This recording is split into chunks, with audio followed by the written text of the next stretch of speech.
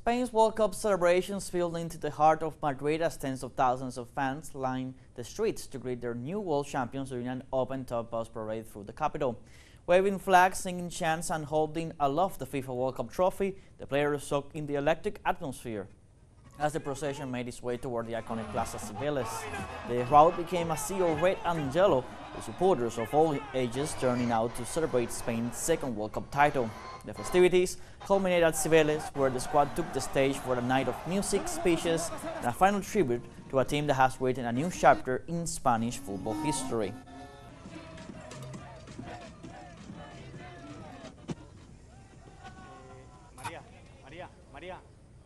And earlier, Spain's World Cup celebrations visited the Moncloa Palace, where Prime Minister Pedro Sánchez welcomed the newly crowned champions following their return to Madrid. During the ceremony, Sánchez praised the squad for uniting the country and showcasing the values of teamwork, resilience, and excellence throughout the tournament. Captain Rodri presented the World Cup trophy to the Prime Minister before the team gathered for an official group photograph, capping another symbolic stop in a day dedicated to honoring Spain's world champions. I always say that winning for your country is the most beautiful thing there is, especially a World Cup. After all, this generation has grown up watching Casillas and Iniesta lift the trophy, and the fact that we can do the same today is the greatest thing you can achieve. The greatest pride is representing a wonderful country with fans who backed us every step of the way, cheering us on from here in Spain and giving us tremendous encouragement. Right now, we're incredibly happy, but everything becomes easier when you're surrounded by an outstanding group of players who are both exceptional footballers and exemplary people. I'd like to express my immense gratitude to the coaching staff and the players. Firstly, for the way you played, secondly, for your effort, and thirdly, for the victory. As for the way you played, the truth is that even those of us who aren't football experts, which I certainly am not, have really enjoyed watching you play.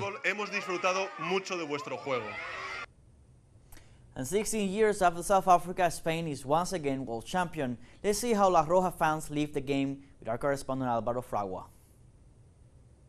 Hours beforehand, Galan had been decked out in red. A second screen was set up in the fan zone, which already held 6,000 people, ready to accommodate another 20,000. There was confidence but also respect for an Argentine team defending its title. I think they're going to make it hard for us, but we're going to find a way to win. Spain sought its second star, Argentinians for no one expected an easy final, and every attack was met with shouts, silence, and anxiety. I'm really nervous, and I think they'll win 2-1. 2-1 ganan. De La Fuente's teams took control of the ball and pinned Argentina back, but it did keep the score tight, and confidence remains strong despite the nil-nil deadlock. I see that Spain has more possession, so I'm sure they're going to win. Argentina was down to 10 minutes stoppage time.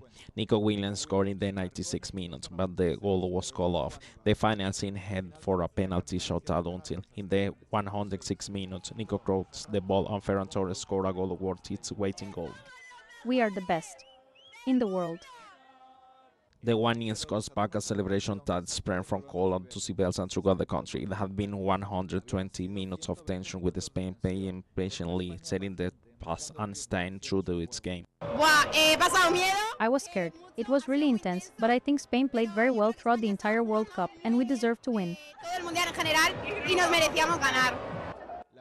The victory also honored a young and diverse generation. Spain conceded one only goal throughout the tournament. Rodri was named best player, Unai Simon best goalkeeper, and Puyol Garcia best young player. Furthermore, Spain's the first country to have won both men's and women's World Cup titles. So much pride, and such a strong sense of community. We all feel very united. I love it. 16 years after Iniesta's goal, Ferran's goal connects another generation to that memory. For those who passed Madrid, the night didn't end with the final whistle, it just has made history. There's no end, no end. Here we like to enjoy the good times, and this is history. It's history. No one knows how it'll end. Spain leads in second World Cup with a victory built in the war and celebrated by millions who throughout the World Cup believed in and supported La Roja. Álvaro Fragua, desde Madrid para Telesur. And Argentina's national team returned to Buenos Aires after finishing as runner-ups at the 2026 FIFA World Cup. The reception at the airport featured an honor guard and other ceremony honors typically reserved for visiting heads of state. Head coach Lionel Scaloni, captain Nicolas Otamendi, and the returning players were greeted by officials and hundreds of supporters that lined the streets to welcome home their national team. Lionel Messi did not return with the delegation.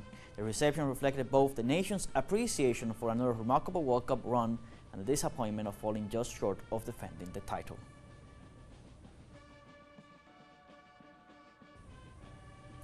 And for 39 unforgettable days, we lived every goal, every tear, and every dream together. And tonight, as the curtain falls on this segment, Beyond the Game, we celebrate the stories that will outlive that final whistle. One tournament, one ball that brought millions of people to the same emotion.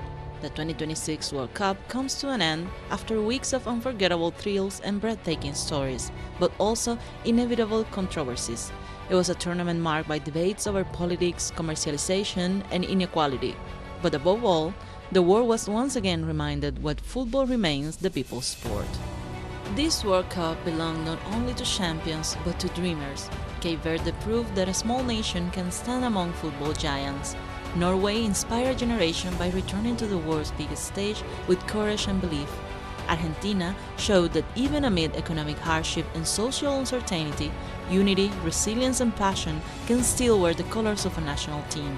Because football has never just been 90 minutes, it is memory and identity. For millions living through difficult times, this tournament became something greater than entertainment. In Palestine, where families continue to endure Israel's devastating genocide, football offered rare moments of solace and joy. In Cuba, where decades of the US blockade continue to shape everyday life, every match became another opportunity to celebrate amid the hardships. And perhaps no image captures the spirit better than Venezuela.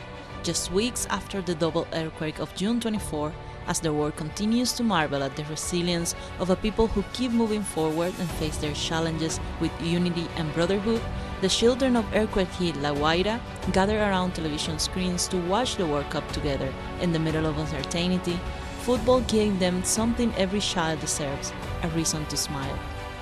The final whistle might have ended on this World Cup, but long after the trophy is lifted, what remains are the stories and the hope. That is why football is and will always be the most beautiful game in the world. Well, like this, we have come to the end of Beyond the Game. The boast is pure. It has been over 39 days of work with you, with our audience, and with the team here in Telesur, and we have enjoyed every bit of it. Well, football continues. Football continues. We'll have Copa America, we'll have Champions League, we have Euro Cups, we have African Cup, all the tournaments that we have the information here. And in 4 year times, we're going to be back with the World Cup 2030. For one last time for the moment, we go back to you, Ali.